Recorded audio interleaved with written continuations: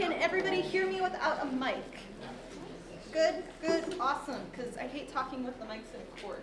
So yeah, welcome to my panel, which is EVA foam for beginners. So real quick, who has never touched EVA foam before?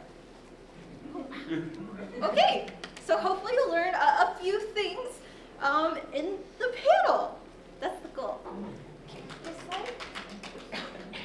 So, I am Tiffany. I'm the owner of Tiffany Cosplay, LLC, which is a company that focuses on costume and prop fabrication, as well as education part. I've been cosplaying since 2008, and it actually is my full-time job now. I have made it into an actual company that I can live off of for the most part. So, yeah.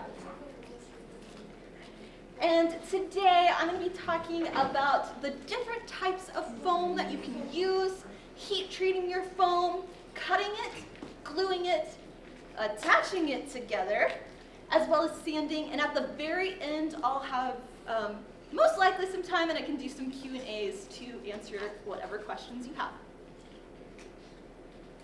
And starting off with our different types of foam.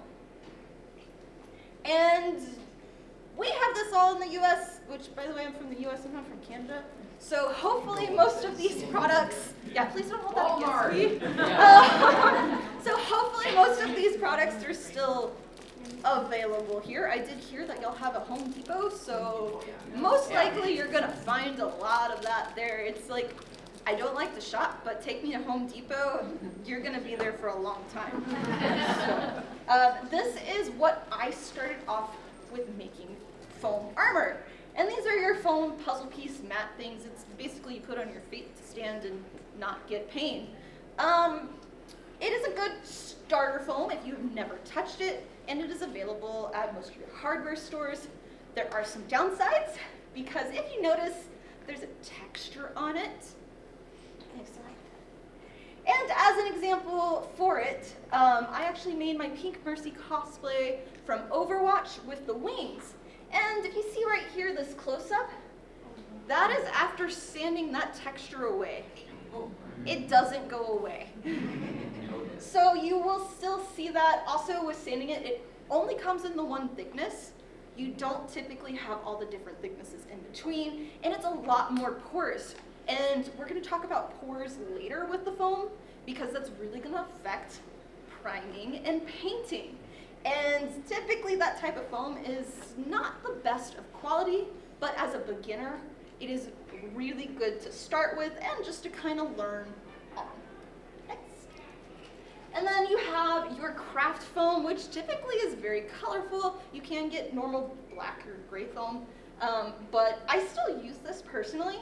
It's most of the time 2mm foam, which is your right side, and those are the longer tubes. A lot of these you'll get at more, do y'all have like a Michael's here? Yes. Oh yeah. Okay. Oh yeah. The evil of Michael's. Wait. Can I get an oh yeah, please? Oh yeah. Sorry, it's I love the language, like the little accent of it. Oh yeah. Oh yeah. But I still use that just because it's really huge rolls of 2mm foam. And typically for me with 2mm foam, I'm only using it for small detail pieces. And it doesn't really matter. You're not gonna be sanding the side of it because it's so thin. On the left side, sometimes some crafting places will have these smaller little pieces, and those typically are 4mm.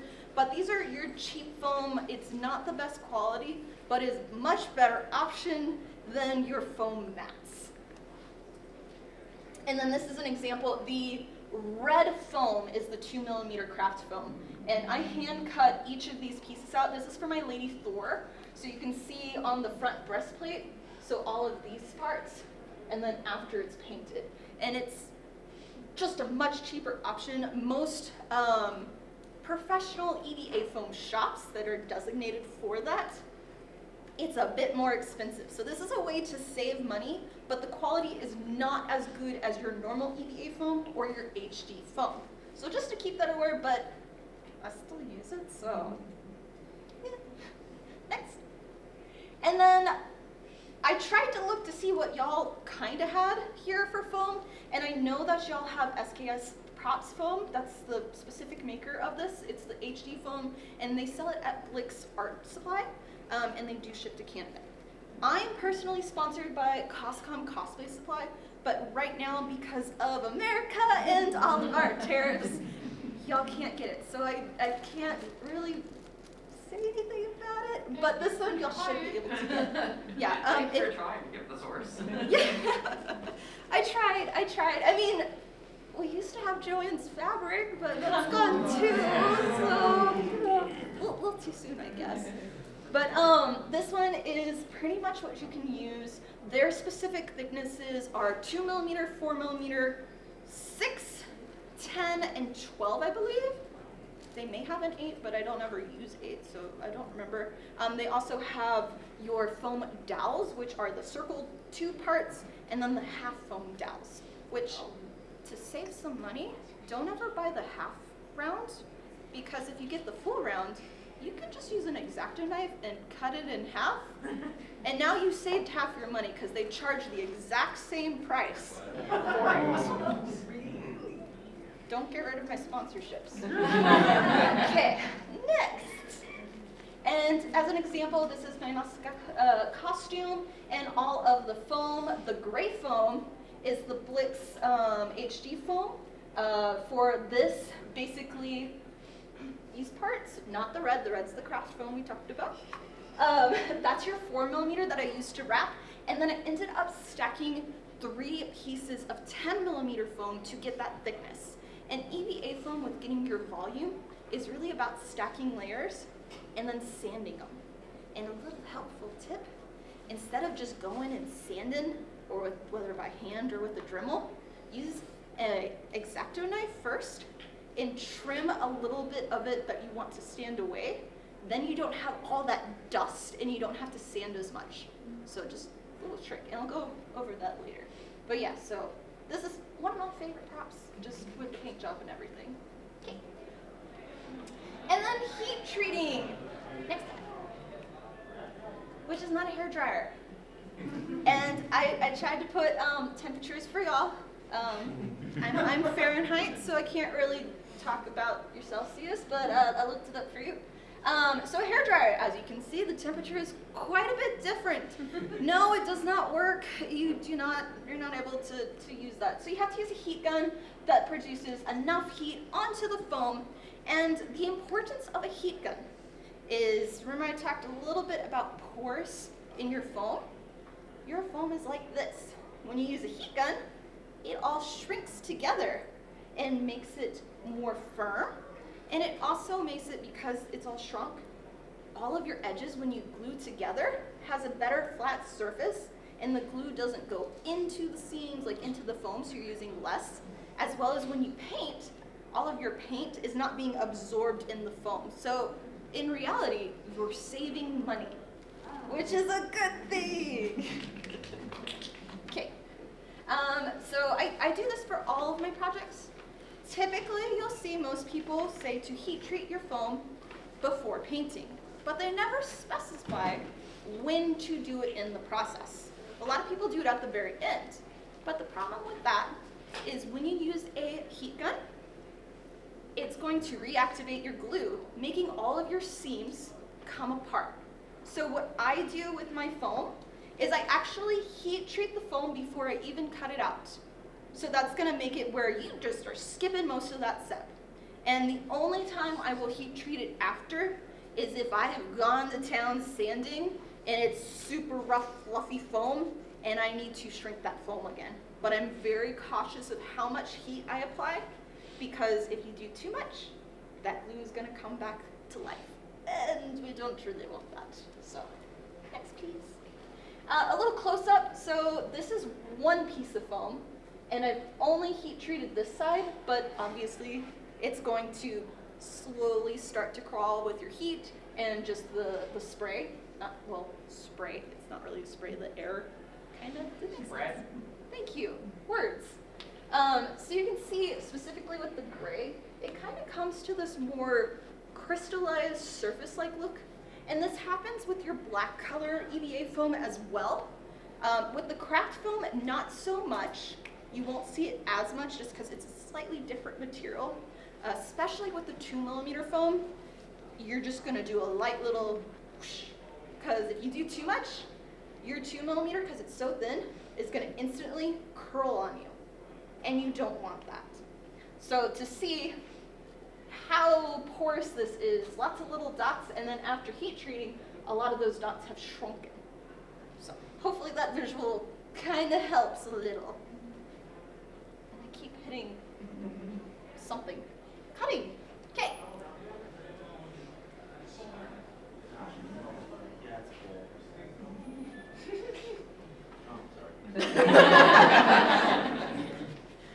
Not doing your job. All right, so I tried to put on here everything I have used to cut foam. And I know a lot of beginners, a lot of sewers go to foam. So you might recognize this, which is your pizza cutter rotary tool. It can cut through 2mm foam. Not the best option, but it does work, especially if you want to do a straight line on 2mm foam and you have a ruler, because you're already used to doing that with fabric. So it might be a good learning experience with this. Same with scissors. And don't use your fabric scissors, you'll destroy them. Typically your scissors are only going to cut through 2 to 4mm foam. The problem with using scissors is you're going to get and you won't really get a straight line. They're not crystal clean cuts. And also because the scissors are both side to side when they cut, your scissors are not actually like making a fully flush cut with the thickness. So you're gonna have a slight kind of curve back and forth on the edge. So I always use an X-Acto knife. X-Acto knife, sorry. And then that one is good for 2 to 6mm foam. It is the best for precision cutting because you're able to do all over lines and everything, but you're gonna need tons of replacement blades.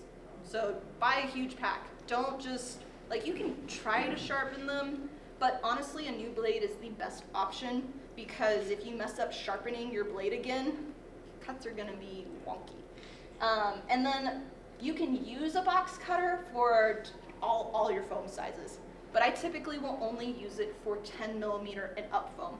Reason being is it's thicker, it's harder to control, and you're gonna get a lot more jaggedy lines with it just because of how thick the blade is. But it's really nice because the ones I use are snappable to get a new sharp blade. But those are also a lot easier to sharpen. So all different options you can use. And then with cutting, specifically for your thicker pieces of foam, this is a 10mm piece of foam. You don't want this, you want this. This is cutting through with a box cutter that wasn't fully sharp. And I actually, so this was the bottom side, and my blade, so pretend this whole picture's upside down. So my blade, which I thought was pretty sharp, when I cut, you see this tiny little ridge here? The blade didn't actually come all the way down. So when you go to pull it apart, you end up getting this kind of ripped part. And that is a problem for gluing pieces together. So you can still use this. You can sand it to make it nice, clean, and flush. But ideally, you want a nice sharp blade, so you can skip that, and you don't have to sand. And then also using a ruler to get your straight lines. I like to use the Cost Tools ruler. They are a specific EVA foam brand for tooling. They also have circle cutters for foam. It's not in the slide, but I recommend getting that on Amazon. It's a little more pricey, but it can cut you circles up to this big, whatever size that is, 6, 8 inches. It basically is, you put it down on the foam and it slowly rotates the blade down and cuts the foam. You will have to sand a lot to clean it up, but cutting circles are the worst thing to cut in foam. I avoid it at all costs. I have a laser cutter to do that now. Don't invest in that, just do foam right off the bat. And then gluing, and I'm gonna go over a few different options just because different budgets, different health concerns, and climate differences, because I'm in the US and not Canada, so I don't know your weather. Winter is long and sucks. Spring does not exist. Ah, It is. This is still better than 2 years ago when it was just a wall of smoke. oh, from wildfire? Yeah. Oh, okay. So option one, which is hot glue, and I always recommend Shore Bonner hot glue. Specifically, they have come out with a line of hot glue sticks for cosplay foam. And that is specifically this one. It has a label that says cosplay stick. So you know you got the right stuff. And it comes in clear, it comes in silver, and it comes in black. Oh. So if you don't want to paint your foam, ta-da! Now, hot glue, when attaching your two foam pieces together, the hot glue needs to be hot or wet to attach both pieces together. And the bond, just in general for hot glue, is not the best. I've done it a while, so my line and seam gets, well, it's a little nicer. I'll say that. Most of the time, hot glue is a bit more messy looking. And as you see, you can see a seam. So, this option, you're going to see all of your seams, unfortunately. So that means you're going to have to learn to do filling those cracks and seams, or just ignore it. Depends on what you want, but that is an option. Next. And then super glue. And the brand that I recommend is Starbond. They have 3 different types. One is their thin, which is super, super liquidy, and it dries like instantly. The second one is their medium, which is in between the thick and thin. But I use the thick one, and they're kind of cool because these have these little attachments for the bottles that makes it a tiny, tiny, tiny little like head at the top, so you can do those tiny little seams. So that's kind of my little trick. With gluing together, you do get a much better seam, but the problem with super glue is it's gonna glue to the bottom of your table probably. It's probably gonna be on the surface. It takes a little bit to dry. It's a sticky mess on your fingers. So yeah, but it is an option. A lot of small details, if you have something come off, it is more controlled than using contact cement glue, which we'll talk about in a second. So this is an option. With this, you do need to do it in your 21 degrees Celsius above temperature for it to have the proper bond. So be aware of that. With this attachment, it does need to be wet on wet to glue. Once it dries, it doesn't attach again. The bond for this onto foam it's okay. It's stronger than your hot glue, but next. And then the material I use is contact cement glue, specifically the DAP brand. It is my favorite one. And a little trick to save money, contact cement glue, specifically with Home Depot, comes in different sizes. Invest in the second to smallest size that you can fill your smaller one with, and you save like half the price. Instead of buying the small one with the little paintbrush, still keep that one and use that, but that'll save you a lot of money. And then bonding with this, you do need the temperature to be above 18 degrees Celsius. It attaches dry.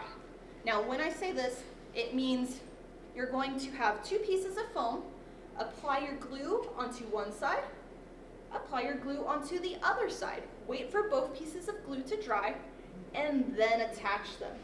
If it is wet, it's going to move. It doesn't fully dry, and then if you do this with your hands and put them together, there's an air bubble in between. That air bubble of contact cement glue can sometimes take up to a week to dry. So if you're going to go back and sand, oopsie, I found a wet bubble in there, and that can also ruin your sanding drums or your sandpaper. So safety things. Also, with contact cement glue, respirator. It is extremely toxic for you. You do have to wear a respirator to work with this if you have pets. I don't think they have pet respirators, so make sure they are not near you when doing this. When doing contact cement glue, I actually have my own setup now with a vent, but most likely you don't have a vent. So when you paint or use this, you can do it in a garage or outside, still wearing a respirator. If you are doing it inside, you need all of your windows open in that room, close the door so your pets don't come in or your kids, and then have your fan on. Or if anything, get another fan to help ventilate and push all of the vapors outside. And then you do need to wait for everything to fully dry before taking that respirator off to make sure all of the fumes go out. So it is a little bit more toxic, but the bond is super, super strong, and it's gonna give you the best results, especially when cleaning up all of your seams. So I recommend this, but safety, and depending on your weather as well. So, and then attaching. And this is actually the before and the after, and this is for the minigun for my Arcane Jinx cosplay from League of Legends. This is the butt part. And all of these pieces are nice and clean edges. If you remember the picture we had earlier where one was fluffy, if I was to attach that fluffy edge together, you're not gonna get these nicer clean seams. So there's like a seam here, here, here, and so forth. And it makes it a lot nicer. So clean, new X-Acto blades and box cutters to do this. And then this is the base of my San mask from Princess Mononoke. This is 4mm foam on the left, and you want to use the table when attaching your foam. If you are trying to put your two pieces of foam together mid-air, how likely are you going to align both of the sides together perfectly? Now, if you have a table and you're pushing the two pieces together, you're always having something on the back making all of your seams align flush. So you can see here, starting at the bottom, what I would be doing next is I would push at the base and slowly put it together, and that will make you have the best clean seams. And then that's the mask before and after. So, yeah. And then, oh wait, go back. I forgot. This one's actually talking about tracing parts. So, we talked about glue, and specifically with contact cement glue. You want to apply your glue where your piece is going to attach. Otherwise, you're gonna have a glompy, like gloopy glompy texture from that glue. So, if you see here how I drew these lines, that is actually where these pieces are. And you can see there's a little bit larger, so I got off. But it's gonna make it look a lot nicer, and you'll have, specifically if you're doing a very clean, like armor, you're trying to do metal that's smooth. If you have glue seams showing, it's no longer gonna be smooth. And it's really hard to get that glue off of the surface of your foam. Okay, now sanding. And I'm gonna go over a few different options. One is your sanding paper, because this is going to be the cheapest option for beginners. And basically with sanding paper, you're going to need for safety, your safety gloves, which I recommend using more of the fabric like working gloves. Reason being is sandpaper, if it's ripping up the surface of your material, your hand's holding the other side. So you're slowly ripping up your fingers. So wearing gloves is gonna protect that, as well as a dust mask. You can also wear a respirator, totally fine, but wear some type of mask, because all of the fibers are coming off of the foam. It's not just going straight down, it's going slightly in the air. And my little hack with sandpaper is you got these little wooden sticks for your paint buckets. And you can actually, if you get a piece of sandpaper, cut it in a strip about 1 inch by the length of your sandpaper, fold it in half, and then you can tape it to the wooden stick. Now you have a sanding stick, and it's really good for doing flat edges. Next. So the Star Guardian Nico tail was all hand sanded, and there's my sanding stick to show you. And with sanding, you want to work at first 120 grit and work your way down to like 220, 400 if you want. I don't typically go that far with hand sanding because it takes a very long time, this process. Downside with sanding with just normal sandpaper like this by hand, your surface is not as smooth.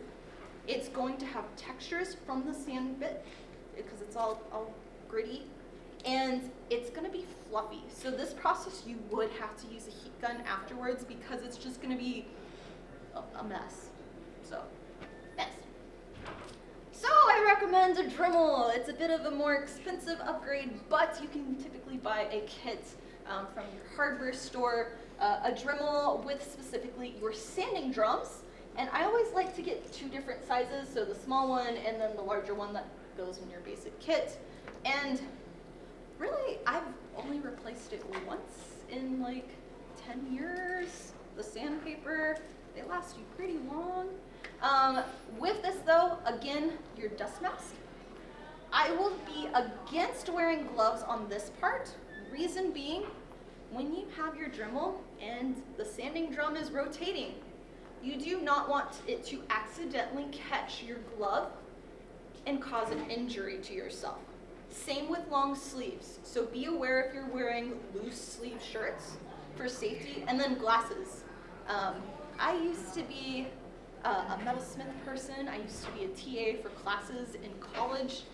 And when we taught people to use a sanding drum, if you push too much pressure down, the shaft of the metal part that's holding your sanding drum gets really hot, causing it to anneal and get soft and bend and eventually break off. You don't want to have it break off into your eyes. It doesn't happen very often, but it does sometimes happen. So please wear safety glasses when doing this. So, yes. And then some of the examples for sanding, which is the only way I do now. The top is my Mercy Wings. This one is Magic from Marvel Rivals, and then the fish bonehead for League of Legends. And all my edges I typically will sand, and I don't do too much heat treating afterwards. Not really necessary. Reason being is the amount of friction and rotation that your sanding drum is doing is already heating up the surface of your foam. So you don't really have to do it again unless you're sanding really large surfaces. So like stacked pieces of foam. So a little trick. Okay. Thank you. More sanding stuff, which I'm gonna go past because I'm going slow. Sorry. Oh, no, never mind. Go back. We're doing great. Oh, okay. I'm used to doing this panel without a slideshow, and I wasn't sure with the slideshow how well I would talk with it, so we're doing good. Okay. So with this piece, with the sanding drum, this is, if you know the character, the mascot from the Outer Worlds, the Moon Man mascot, it's basically a giant moon with a face. This is a nose. So it's stacked up with 10 millimeter, and then 2 millimeter underneath. And then just sanding it to give that nice little curvature. So you can see from here the difference of causing just using your sanding drum. And then on this side, which I'm probably going to hit the thing. So with a sanding drum as well, you can use it to create textures, which is really, really fun. So this is my staff from Delicious in Dungeon, Marcel. Yes, thank you. Okay. Brain dead. Fishbowl brain at the end of the con. It's yeah. But basically the base of this is your PVC pipe, and then I have glued around it different thicknesses of half-round foam dowels. And then with the side, so your sanding drum, you have it's round like that, but then the opposite shape is a rectangle. So if you use that rectangle, put it at a 45-degree angle when you sand, you can actually carve out a channel into your foam to get this texture to kind of give that wood-like element. And then also, normally with your Dremal kit, a lot of times it comes with different bits like sanding stones and things like that. They also do the same tricks for you. So yeah, that's that little part. So now questions. I've got so much time for this. Yes. I don't like doing it. Not saying you can't. You can heat bend foam. The reason I kind of discourage it is you're stretching the foam. So you're not keeping the same thickness of your foam. So if you're trying to take a flat piece of foam and make it round, you're pushing it upward, which is causing, like, let's say you have a 4 millimeter foam. It's going to slowly start stretching and getting smaller towards the top to go to that curve. So it's going to end up going to 2 millimeter, and the structure of that foam is not really going to hold together, as well as it's typically doesn't get the shape that you want to hold in. Also, when you use Plastidip on top of something, it's going to go back more towards its shape, its original one. So it can be done, but I personally don't do that, which is why for this one, to make a mask that has a slight dome to it, or like a shield, technically you're not cutting straight lines. You're cutting curvature pieces to put together to bend into that shape. Help? Yeah. Okay. I'm going to answer a bunch of different things. So, some of your issues with sanding may be that you're not actually propping your arms when you sand. So, meaning, I can't do this anywhere where I'm not, like, I'm going to stand over here and blind myself. Table. So, if you're just sanding like this with your arms, you have a floppy-dee-doo-dah arms. And you're going to flappity-doo-dah on the foam, and it's gonna be uneven. If you have your arms on the table, supported, your elbows, you're able to control and make it a nice, smooth, even motion. Does that kind of help with that? And then going onward, the rotation that your Dremal moves. So it is spinning in one direction. So you need to figure out which way it's spinning, the left way or the right way, because one side is going to make your foam more heated and smooth, where the other way is just gonna rip it apart and cause it to be fluffy. So that might be one of the issues, is you're using the Dremal in the wrong direction. And then in terms of Dremal, because I have a metalsmith background, I have a professional metalsmithing flex shaft that's controlled by foot pedal. So I control my speed like a sewing machine, and I don't actually use the Dremels because they typically go faster than what I like. I sand at a much slower speed, so maybe start on a lower speed than faster. So my favorite is Plastidip, which I did learn y'all have here. Plastidip is a rubber spray paint. You do need to wear a respirator, toxic everything. With Plastidip, you need to do 3 coats of paint on both the front and the back. Again, heat treating, so you have pores and everything. Other alternatives is you can do Mod Podge on top of it. You can do, there's some other... Flex Seal. Thank you. You can use that too. I typically stay away from a lot of those, but those are more budget-friendly, easier, less toxic materials. But for me, for my personal use, I do Plastidip. So it just depends. Doing the other ways, you'll be applying with a paintbrush, and you get paintbrush strokes. So in terms of paint, for starting with foam, I always recommend the Liquitex heavy body acrylic paint. That is what I always love to use. Just art major, art school. I grew up with that. You get the most vibrant colors, but otherwise I have moved towards airbrush painting. And for airbrush painting, which if you were in my panel earlier, I love Createx Colors, all of their airbrush line, specifically their Wicked color line. So. 2 options, or at least 2 that I use. One is quick seal, and technically, so if you know in bathrooms where your sink connects to the wall, there's this tiny little thing. That's what it is. And so you can use that to apply in between, which I will note now that I have time. I actually took that out of here because I was afraid I wouldn't have enough time to talk about it. So thank you for being guinea pigs. Yeah. But yeah, quick seal, so you will apply it in small amounts because you still want it to be pretty wet.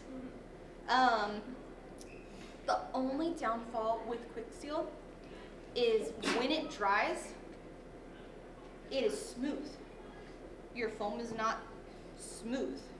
It also dries very shiny.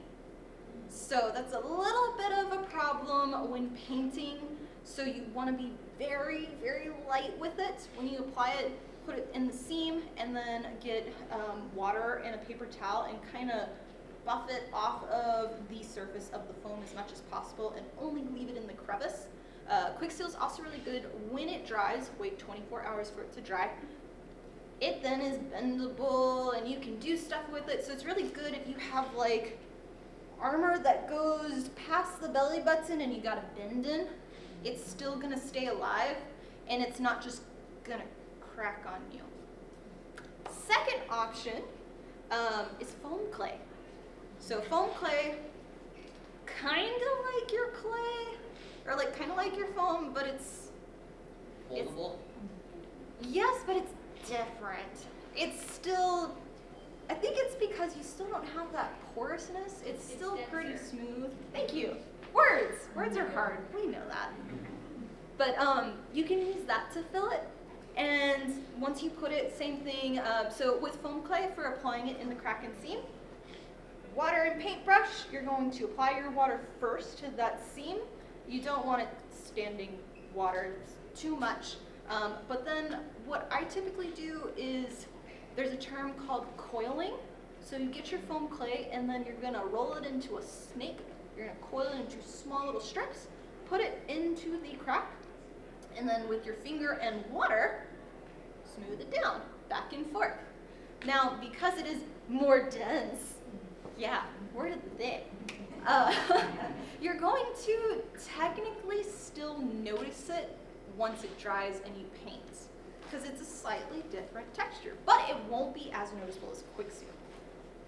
Problem is, sanding it sometimes will just come off in chunks, and it's not the best for bending.